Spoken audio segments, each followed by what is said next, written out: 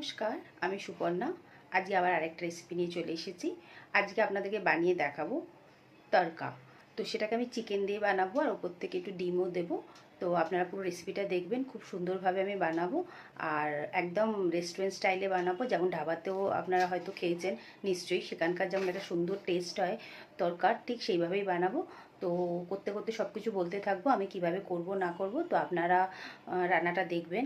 আর রান্নাটা কিন্তু আমার হচ্ছে প্যাশন, আমি কোনো ভিডিও দেখাবার জন্যে বা আমার হচ্ছে রান্নাটা খুবই শখের জিনিস। এটাকে আমি খুব মন দিয়ে প্রাণ দিয়ে রান্না করি। আর আমার হাতে যতজনেই খেয়েছে কেউ কিন্তু আজ পর্যন্ত বলেনি যে বাজে রান্না হয়েছে, মানে একদমই মোস্ট থার্ড ক্লাস রান্নাও বলেনি। তো এটা আমার একটা প্যাশন, আমার একটা শখ। সেই শখটাই আমি আপনাদের সাথে শেয়ার করি। আমার ভালো লাগে, আমার টাইম কাটে।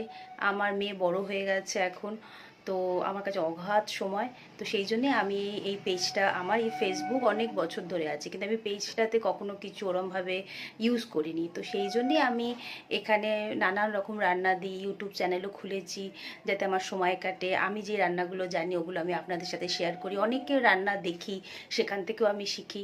তো সেই জন্য প্লিজ আমাকে সাপোর্ট করবেন আপনারা।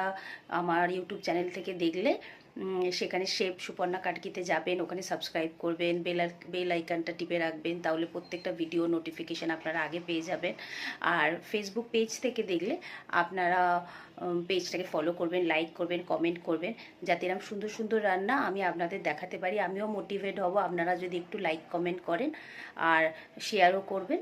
তো চলুন এখন আমি তরকাটা কীভাবে বানাচ্ছি সেটা এখন আপনাদের দেখাচ্ছি। তরকার জন্যে আমি দু রকম ডাল ব্যবহার করেছি, এক তো মুগ কড়াই আর ছোলার ডাল। এই দুটো ডাল দিয়ে আপনারা একবার তরকাটা করে দেখবেন, একদম যেমন ঢাবাতে তরকা হয় না তেমনই একদম। ওরাও এরকমই ডাল দেয়, ওরা আর একটা ডালও দেয়, সেটা হচ্ছে রাজমার দেয় অল্প একটুখানি। তো আমি এখানে রাজমা দিলাম না, আমি এখানে ছোলার ডাল আর মুগ কড়াই, এটাকে আমি অন্তত 4 ঘন্টা আগে ভিজিয়ে রেখেছিলাম, তখন ভিডিওটা হয়নি। তো 4 ঘন্টা বাদে ডালটা এরকম দেখতে হয়ে গেছে। এটাকে এখন প্রেশার কুকারে আমি দিয়ে 3 থেকে 4টে সিটি দেবো। ডালের মধ্যে আগে আমি কিছুটা জল দিয়ে দিচ্ছি, এতটা মতো জল দিয়ে দিলাম। আর কিছু গোটা গরম মশলা দিয়ে দিচ্ছি কটা। আমি এখানে দেখুন এলাচ নিয়েছি, দালচিনি নিয়েছি আর লবঙ্গ নিয়েছি, সেটা আগে এই জলটার মধ্যে দিয়ে দিলাম। এবার আমি সামান্য একটুখানি আগে হলুদ দিয়ে দিচ্ছি আর একটুখানি কাশ্মীরি লঙ্কা দিয়ে দিলাম, আর অল্প একটুখানি তেল দিয়ে দেবো, দিলাম। এবার আমি এটাকে 4টে মতো সিটি দিয়ে দেবো, যতক্ষণ না দুটো ডাল না গলছে। প্রথমে আগে কড়াতে আমি কিছুটা সর্ষের তেল দিয়ে দিলাম। আপনারা যদি রিফাইন তেলে করতে চান তাহলে করতে পারবেন, কোনো অসুবিধা নেই। এবার তেলের মধ্যে গোটা জিরে দিয়ে দিলাম কিছুটা। আমি পেঁয়াজটাকে একদম কুচো কুচো করে কেটে নিয়েছি, আপনারাও এইভাবেই কেটে নেবেন। এবার আমি এর মধ্যে কিছুটা পেঁয়াজি দিয়ে দিলাম, দিয়ে এবার একদম সুন্দর করে, একদম ধাবাতে যেভাবে তড়কা বানায় সেভাবেই আমি দেখাচ্ছি। এটা আমার এক চিকেন তড়কা। আগে ভালো করে আমরা পেঁয়াজটাকে একদম গলিয়ে নেবো, হালকা হালকা ব্রাউন ব্রাউন কালার আসবে। অল্প একটু নুন দিয়ে দিলাম, দিয়ে এটাকে এখন ভালো করে আগে ভেজে নেব। কালারটা সুন্দর আসবে বলে অল্প একটুখানি আমি চিনি দিয়ে দিলাম, তখন চিনিটা দিলে এর মধ্যে ক্যারামেলের মতো কাজ করবে, আর এই পেঁয়াজটা না একটা হালকা হালকা একটা ব্রাউন কালার চলে আসবে। যতক্ষণে আমাদের পেঁয়াজটা নরম হবে আমি এর মধ্যে অল্প একটুখানি চিকেন একসাথেই ভাজবো, তার জন্য আমি চিকেনটা দিয়ে দিলাম। চিকেনটা কিন্তু বয়েল করা নয়, র আছে, মানে কাঁচা আছে। এটাই একসাথেই পেঁয়াজের সাথে সুন্দর করে আমি ভেজে নিচ্ছি। পেঁয়াজটা দেখুন একদম সুন্দর করে আমার ভাজা হয়ে গেছে, একটা হালকা হালকা ব্রাউন কালার আসছে। এখন আমি গ্যাসের ফ্লেমটাকে মিডিয়াম করে দিলাম, দিয়ে এর মধ্যে এখন আমি আগে আর কিছুটা আদা রসুন দিয়ে দেবো। আপনারা এখানে চপ করেও দিতে পারেন, জিঞ্জার গার্লিকটাকে একদম কুচো কুচো করে কেটেও দিতে পারেন। আমার কাছে এখন ওটা নেই, সেই জন্য আমি এখন আদা রসুন বাটা এর মধ্যে দিয়ে দিলাম, দিয়ে ভালো করে কষিয়ে নিচ্ছি আগে কিছুক্ষণ। এবার এর মধ্যে যে যে মশলাগুলো যাবে সেগুলো আগে দিয়ে দিচ্ছি। আগে কিছুটা আমি হলুদ দিলাম, তারপরে আমি লঙ্কা গুঁড়ো দিলাম, কাশ্মীরি লঙ্কার গুঁড়ো দিয়ে দিচ্ছি, আর অল্প একটুখানি, বেশি দেবো না, হাফ চামচের মতো জিরে গুঁড়ো দিয়ে দিচ্ছি। আর 1 চামচ ধনে গুঁড়ো দিয়ে দিলাম। এবার প্রত্যেকটা জিনিসকে ভালো করে মিক্স করে দিচ্ছি।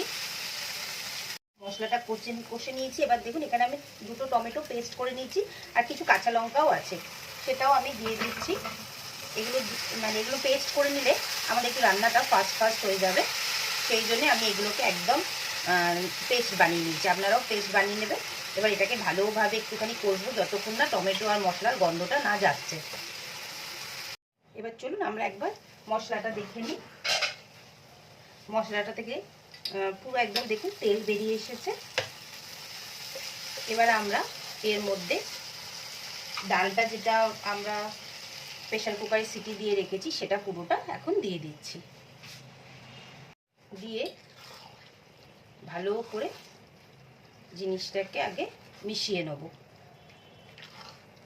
মশলাগুলো এর মধ্যে মিশিয়ে নিয়ে আর একটুখানি জল দেব, জলটা কম আছে, দিয়ে ঢাকা দিয়ে মিডিয়াম ফ্লেমে কিছুক্ষণ এটাকে এখন হতে দেবো।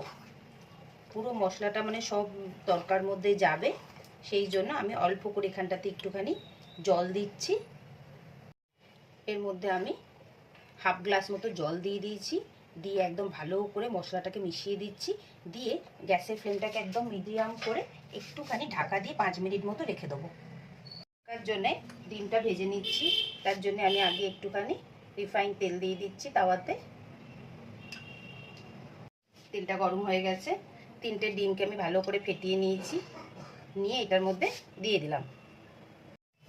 এবার ডিমটাকে কেটে নিচ্ছি, পুরো কেটে এইভাবে ভালো করে ভাজা করে নেবো, একদম লাল লাল করে ভাজা করে নেবো। তরকার উপর দিয়ে চড়ালে তরকাটা আরও টেস্টটা বেড়ে যাবে। ডিমটা একদম ভালো করে ভেজে নিয়েছি। দেখুন আমি ঢাকাটা এক্ষুনি খুললাম, তরকাটা একদম মোটামুটি রেডি হয়ে গেছে। এবার 2-1টা জিনিস এখন এর মধ্যে আমরা অ্যাড করব। প্রথমে আগে আমি একটু কাসুরি মেথি নিয়ে নিয়েছি, নিয়ে ওটাকে ভালোভাবে একদম গুঁড়ো করে নেবো হাত দিয়ে। তরকার মধ্যে কাসুরি মেথি না দিলে একদমই টেস্ট আসে না, সুন্দর একটা টেস্ট আসবে, একটা সুন্দর গন্ধ আসবে। এইভাবে দিয়ে দিলাম। এবার আমরা ডিমটা অ্যাড করে দেবো। ডিমটাও দিয়ে দিচ্ছি একসাথে, ঝরঝর রান্না হয়ে যাবে।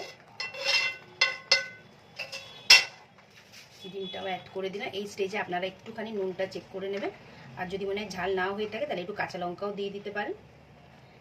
দিয়ে দিলাম, সব ভালো করে এই যে মিক্স করে দিলাম একদম। এবার উপর থেকে একটুখানি ধনে পাতাও দিয়ে দিলাম, যাতে আরও সুন্দর টেস্টটা হবে।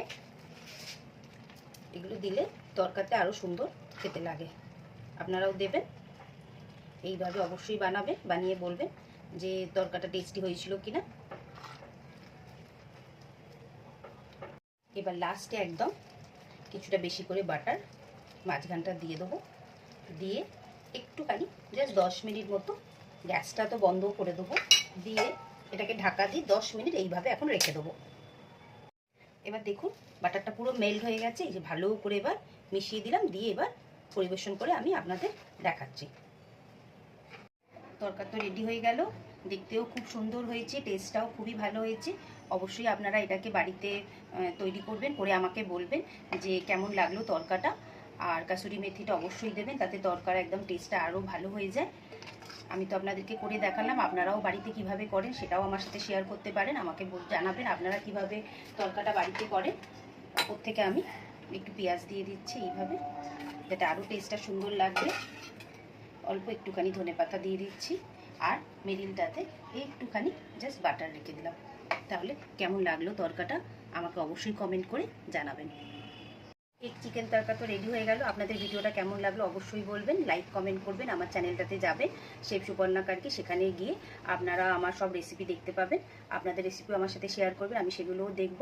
আর পেজ থেকে কেউ যদি দেখেন তাহলে সেখানে লাইক কমেন্ট শেয়ার করবেন। যদি রান্নাটা আপনাদের ভালো লাগে তাহলে আমি আজকে চললাম, টাটা। আবার আরেকটা রান্নার সাথে আপনার সাথে দেখা হবে।